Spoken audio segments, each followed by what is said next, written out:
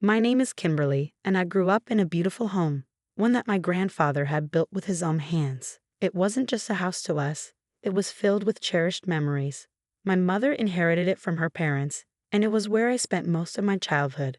Everything felt normal until I turned 13, and then life took a drastic turn. I can still clearly recall the day Mom was told about her cancer.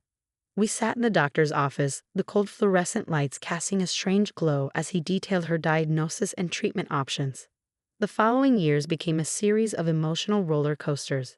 There were moments of hope when the cancer seemed to retreat, only for it to return and knock us down again. Mom had to stop working because the treatments left her too weak, but she found a way to handle it gracefully. One morning, I woke to find Mom standing in the living room, a paintbrush in hand, staring at the wall. "I think this wall could use some color," she said. That was the beginning of her transformation of our home. She started painting a mural, and soon, the entire house became a canvas. Mom spent hours bringing the walls to life, and then she began working on mosaics, placing each tiny tile meticulously to form intricate designs that sparkled in the sunlight. "Hand me that blue tile, sweetheart," she asked, and I would watch in awe as she turned simple materials into beautiful works of art. Her stained glass windows were her crowning achievement, catching the sunlight and creating a stunning rainbow display. But it was her paintings that I cherished the most. She perfectly captured Dad's gentle smile and kind eyes in his portrait. When she painted me, it wasn't just my appearance she captured, it was something deeper, something that felt like who I really was inside. At 15, we lost her. The cancer returned, and this time, it was unstoppable. Before she passed, she made sure everything was arranged the way she wanted it. The house was to be mine, and her savings were left for Dad. We never discussed it again after her death. It was just too painful. Dad took it harder than anyone. He tried to keep it together for me, but I could hear him crying at night, thinking I was asleep. Eventually, he agreed to see a therapist who suggested he join a support group for people grieving the loss of loved ones. He started going every Wednesday night. Over time, I noticed small changes in him. He seemed less lost and more able to face each day. After some time in the group, Dad started talking about someone named Sarah. At first, it was just casual mentions of things Sarah had shared in the meetings. But soon, I could tell he was talking about her more and more. "Sarah gets what it's like," he said one evening. "Her husband died in a car crash last year, and she's raising her daughter alone." I'll never forget the first time he invited Sarah over for dinner. She brought a homemade apple pie and smiled nervously. "I hope you like pie, Kimberly," she said, hovering in the kitchen. "Your dad said it's your favorite." That night, I watched them, how Dad laughed at her jokes, how his eyes followed her across the room. It was strange to see him so happy again. Part of me felt guilty for feeling uneasy about it, but another part of me was relieved to see him coming back to life. Their relationship moved quickly after that. Within 6 months, Dad called me into the living room for an important conversation. I knew it was coming before he even spoke. "Sarah and I are getting married," he said, holding her hand. "She and her daughter, Rachel, will be moving in with us." The wedding was small, with Sarah in a cream-colored dress, and Dad couldn't stop grinning. I was 16, trying my best to support him while still coming to terms with everything changing. Living with Sarah was easier than I had imagined. She was kind and thoughtful, never trying to replace Mom, but instead finding her own place in our family. She'd slip little notes into my lunch bag and always asked about my day. Rachel, my new stepsister, was already in college and only came home during holidays. We were polite during family dinners, but we never truly connected. She had her life, and I had mine. By the time I turned 18, I was accepted into a college across the country. I chose it mainly for its outstanding art program, but also because I wanted a fresh start. When I shared the news, Sarah threw me a huge going-away celebration. "We need to mark this occasion properly," she insisted, decorating the house with balloons. She invited all my friends and even some distant relatives. As I stood in a crowded living room, watching Sarah make sure everyone was having fun, I felt a surge of gratitude. She'd really tried to make our family work. The moving day was filled with packing and tearful goodbyes. Dad helped me load up the car, and Sarah gave me a tight hug. "Your mom would be so proud of you," she whispered, and for the first time, hearing her mention Mom didn't feel strange. 8 months later, I came home for spring break. The moment I stepped inside, I froze. The living room, Mom's beautiful creation, was gone. The murals she had painted, the ones that had brought the walls to life, were replaced with dull beige paint. What happened here? I asked, my voice quivering, still holding my luggage. Sarah appeared from the kitchen, wiping her hands on a dish towel. Oh, do you like it? We finished the remodel last week. Doesn't it look more modern? She smiled, oblivious to how wrong it felt. My heart dropped. You got rid of Mom's artwork. How could you do that without even asking me? Sarah crossed her arms and sighed. I never liked those murals. They were amateurish. No offense, but your mom wasn't a professional artist. Her words stung. Amateurish? Those murals were beautiful. Well, that's your opinion, she replied. Dad and I are planning to redo the entire house. We're going for a clean, Scandinavian look. No more chaotic colors. And honestly, we don't need anyone's permission to improve our home. I turned to Dad, who had been standing by the door. Dad, are you okay with this? He cleared his throat, avoiding my gaze. Kim, maybe it's time for a change. We can't keep living in the past. Living in the past. I could feel my voice breaking. This isn't about moving on. It's about erasing Mom. The room went silent. Sarah's expression hardened. What do you mean your house? She asked. I looked between them, the truth sinking in. Mom left the house to me, I said, turning to Sarah. Not to Dad. She left him her savings, but the house is mine. Didn't Dad tell you? Sarah's face flushed. Is this true, Robert? Dad ran his hand through his hair, looking defeated. I didn't want to upset you. It didn't feel significant at the time, and I felt ashamed to admit I was living in my daughter's home. Sarah's voice quivered as she spoke, and I was stunned by what I was hearing. You let me make all these plans, spend all this money, and never mentioned that this wasn't even our house. I took a deep breath, striving to remain composed. I'm not trying to start conflict, but please, no more changes to the house without consulting me first. After the argument about the living room, I couldn't wait to get back to college. On my drive, my thoughts spiraled through memories, Mom working on her stunning murals, the pride she radiated when each one was completed, and how she'd share her creative vision with me. Suddenly, Sarah's farewell party from months ago clicked. It wasn't out of kindness. It was her way of celebrating getting me out of the way so she could reshape the house. I tried to focus on my studies, but the idea of losing Mom's artwork gnawed at me. I called home a few times, but Sarah always had an excuse, saying they were too busy to chat. When Christmas break came, I drove home with a sick feeling in my stomach. As soon as I stepped inside, I knew my fears had been realized. The renovations had gone even further than I had imagined. All of Mom's beautiful mosaics were gone, every single one. The intricate designs she'd worked on for months had been replaced by bare, empty walls. Her paintings, ones she'd had poured her heart into even when she was too weak to stand, were gone as well. Where are the mosaics? My voice reverberated through the hollow space. What happened to Mom's paintings? Sarah appeared, wearing that fake smile she always wore. Oh, Kimberly, there was an incident during the renovations. The contractors damaged the mosaics, and we couldn't save them. Everything had to be removed. Incident? I turned, surveying more of the destruction. And the stained glass doors, the ones Mom made for the living room. Well, one of the panels cracked during the work. You know how delicate stained glass is. These things happen, so we had to remove them to keep the look consistent. Then, the moment that truly sent my blood boiling, she smiled. Smiled like she was proud of what she had done. Your mother's taste was a bit outdated, she said, gesturing around the room. These updates are bringing the house into the modern age. You should be thankful. The property value has gone up because of my changes. I stood frozen, fists clenched, shaking with fury. This wasn't about updates. It was about erasing every trace of Mom from this house. Put it all back, I demanded, my voice taut with rage. Excuse me? Sarah's smile faltered. The stained glass, the paintings, everything. You've got 2 months to restore it all. If you don't, I'll evict you. You can't, Sarah began, but I interrupted her. Yes, I can. This is my house. You and Dad are living here because I'm letting you. I own this property, and you have no right to make any changes without my permission. If you don't restore everything, you both need to find somewhere else to live. Dad stepped forward, trying to intervene. Kimberly, sweetheart, be reasonable. Reasonable? I turned to face him, my voice sharp, my eyes brimming with anger. Was it reasonable to let her destroy everything Mom worked so hard for? You've got 2 months, Dad, 2 months to fix this, or you're both out. Still shaking, I headed upstairs for some space to think, but when I tried to open my room, it was locked. What's going on?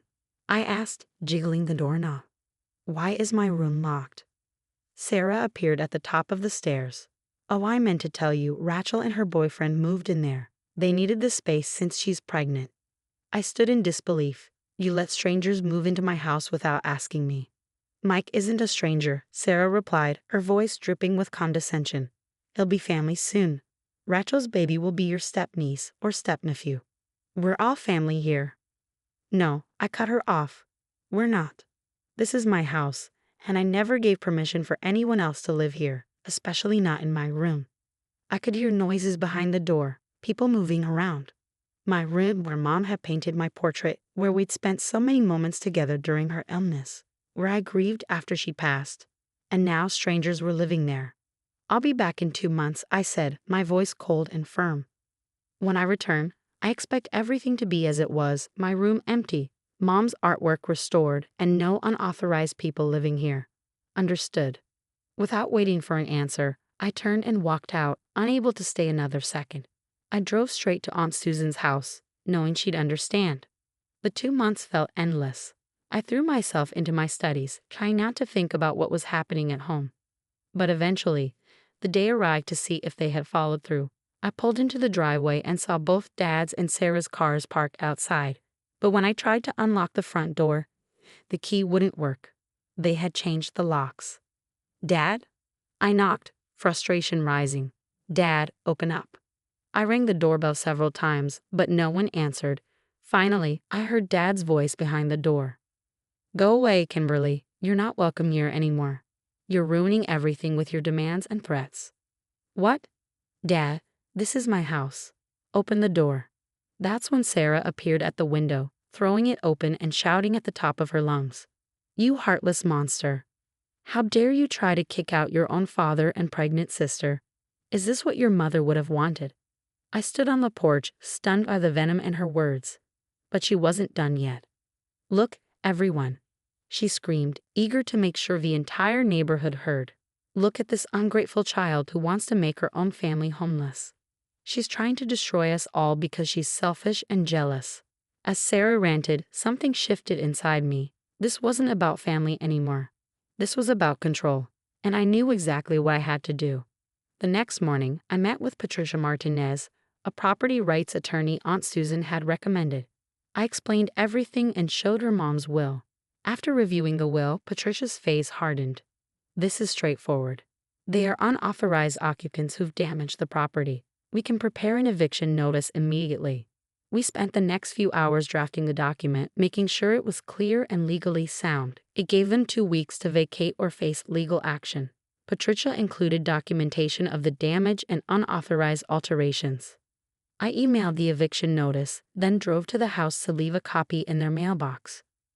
My hands were steady as I slid the letter in, knowing I had done what needed to be done. I finally arrived at the front door and placed the eviction notice right in the center, making sure it was impossible to miss. The next 2 weeks seemed to drag on. I stayed at my aunt's house, attempting to concentrate on my studies while waiting for the deadline. Patricia reassured me that we had a strong case if they chose not to comply, but I hoped it wouldn't come to that. On the morning of the deadline, Patricia and I drove to the house together. To our shock, the front door was wide open. We stepped inside and found the entire family, Dad, Sarah, Rachel, and what I assumed was Mike, sitting in the living room. It was like they were staging a twisted family photo. You need to leave, I said firmly. Your time is up. Ungrateful little brat, Dad shouted. Is this how we raised you? To throw your own family out on the street? Mr. Thompson, Patricia stepped in, calm yet authoritative. Your daughter is the legal owner of this property. You've been properly served with an eviction notice. If you don't leave voluntarily, we'll have to involve the authorities. They launched into accusations, calling me selfish, heartless, cruel. Rachel cried about her pregnancy, Sarah yelled about family loyalty, and Dad hurled every insult he could think of. Patricia held her ground. Eventually, they realized they had no choice but to pack up. It took hours to make sure they didn't take anything that wasn't theirs. Patricia made sure to document everything. When they finally left, I walked through the house, inspecting each room. The damage was worse than I had feared, but the garage was the worst. There, in the corner, were all of Mom's paintings, every one of them destroyed, covered in paint. I picked up my portrait, now splattered with black paint, and felt tears well up in my eyes. I couldn't give up. There had to be a way to save some of what Mom had created. I spent days researching art restorers, calling around, sending photos of the damage. Eventually, I found a team that specialized in mural restoration. The good news, Maria, the lead restorer, said, running her hand over one of the painted-over walls, is that they used cheap paint. We might be able to remove it without harming what's underneath. Over the next few weeks, the team worked diligently to peel away the layers of paint. Day by day, more of Mom's artwork was revealed. Her trees, the garden scene in the hallway, abstract patterns in the dining room. They were all still there, waiting to be uncovered. The paintings proved more challenging. The team worked with precision, using specialized solvents and the gentlest touch. Slowly, Mom's art came back to life. My portrait, a landscape she painted from her hospital window, still lifes from happier days. It felt like watching her life return to the walls. Dad's portrait, however, was beyond saving. The paint they used was too corrosive. It couldn't be restored. As I watched them pack up the ruined canvas, I felt a strange sense of relief. After everything, I didn't want his face in my home anymore. The mosaic, though, was gone. It hadn't just been covered, it had been shattered. There was nothing left to restore. That loss hit me hard. I remembered sitting with Mom for hours, watching her assemble it piece by piece with so much care. The stained glass windows, however, I wasn't ready to give up on those. I had photos of them on my phone, taken during happier times. Armed with those, I visited every stained glass shop in the area. At the fourth one, something remarkable happened. The owner, George, examined my photos and seemed intrigued. "These look familiar," he said, adjusting his glasses. "Wait here." He disappeared into the back and returned with a ledger. "About 3 months ago, a woman brought in some doors with stained glass panels. She said they were damaged and needed to be disposed of," he said, flipping through the pages. "These panels." "Yes, they're my mother's work. Do you still have them?" "They're in rough shape," he warned. "Some pieces are missing, but with these reference photos, we can recreate the missing parts, match the colors, the patterns." "Please," I interrupted. "Whatever it costs, I need them back. They were one of the last things my mom made."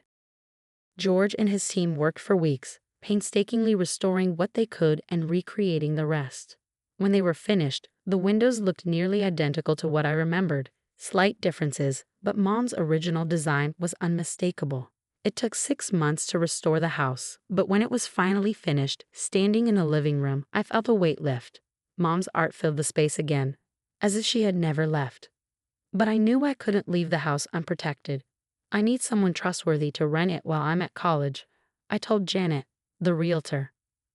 "My Aunt Susan recommended someone who will respect the property and its history." Janet nodded. "I have a few potential tenants, professional couples, no kids or pets.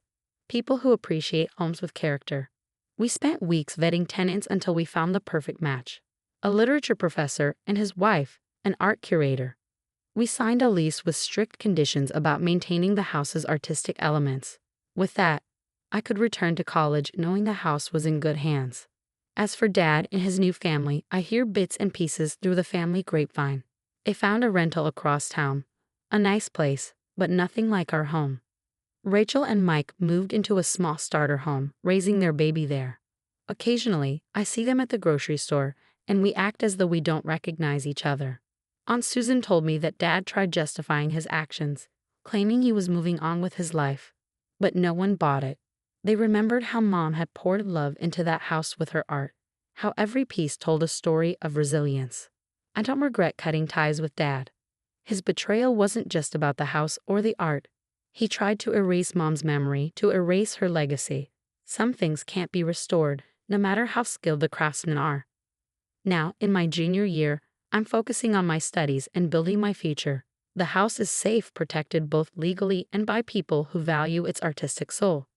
Sometimes I wonder if Dad ever regrets his actions, but that's no longer my concern.